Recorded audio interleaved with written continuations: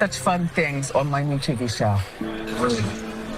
Okay. And I'm going to have, I don't want to just write. I'm planning to engage in all sorts of entertaining activities on my upcoming television program, and I prefer not to simply jot them down because that might cause things to go awry. You get what I mean? So, I've got this idea for a painting segment. Yes, just painting. All right.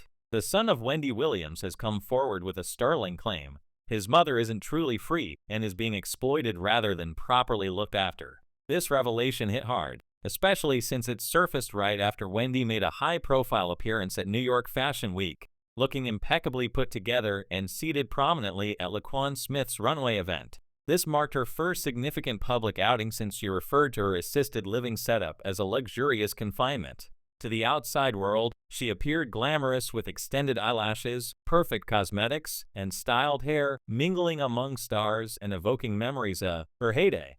However, her son viewed it differently, seeing it as a warning sign. Reports from those in the know indicate that Wendy could only exit the facility with explicit permission. Her entire outfit was planned in advance, her position selected for optimal exposure, and photographers were conveniently waiting outside. While public relations experts and fashion coordinators touted this as her triumphant return, her son labeled it a staged act. This situation ranks among the most shocking developments I've encountered in quite some time, particularly in a story already rife with twists.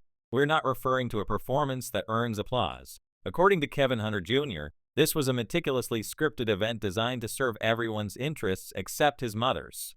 To highlight the discrepancy, the Wendy who smiled radiantly from the front row in September is the same individual who, shortly before, described her upscale assisted living home, known as the Coterie, as a complete disaster. She was blunt, saying it housed severely unwell individuals, which hardly sounds like promotional material for an elite retirement community, and it definitely doesn't align with gearing up for a TV comeback. She revealed that she lacks a mobile device, is barred from incoming calls, and can only place outgoing calls via a landline with approval, which feels more like restrictive oversight than genuine healthcare. If you're puzzled about how the once dominant figure in celebrity gossip ended up so cut off and disconnected, you're in good company. But the provided explanations have only sparked further inquiries.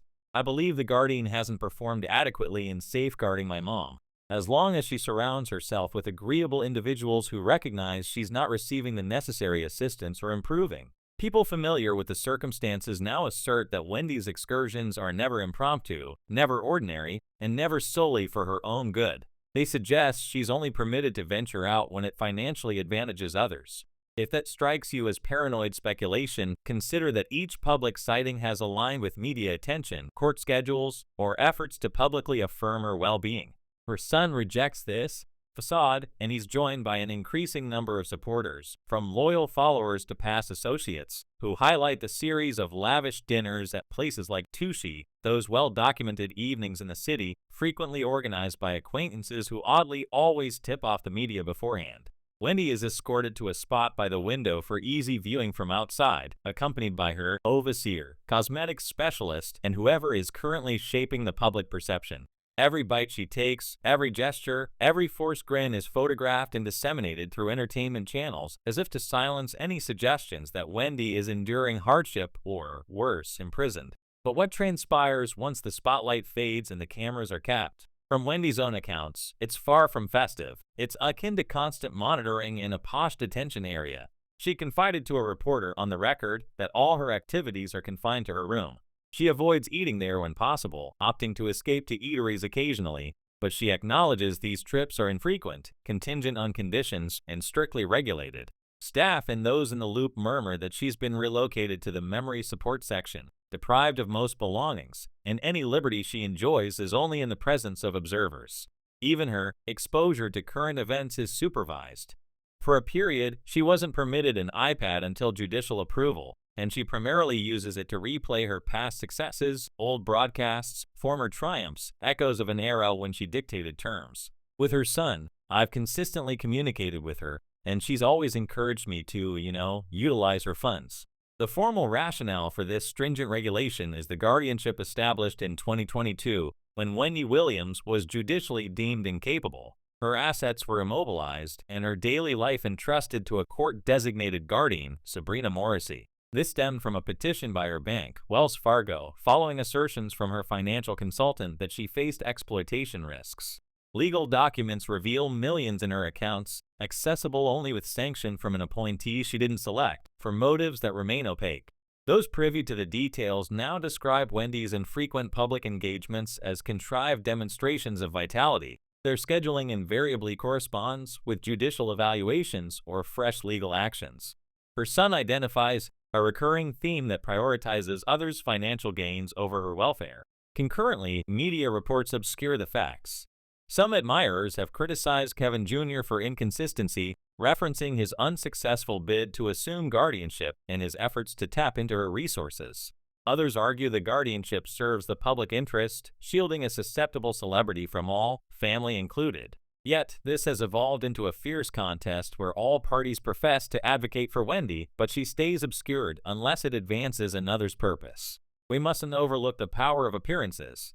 Each time Wendy attends a fashion spectacle or an elegant meal, a wave of social media posts, tabloid articles, and assurances of her stability emerge from attendants and purported allies.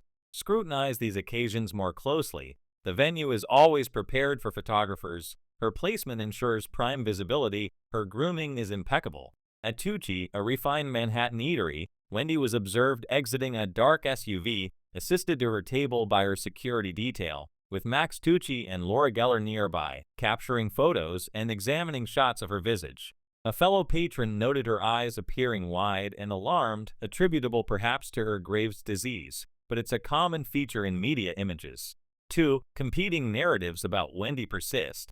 The outward, controlled, sparkling persona and the hidden, secluded individual who speaks only when others facilitate it. And incidentally, the judge lacks insight.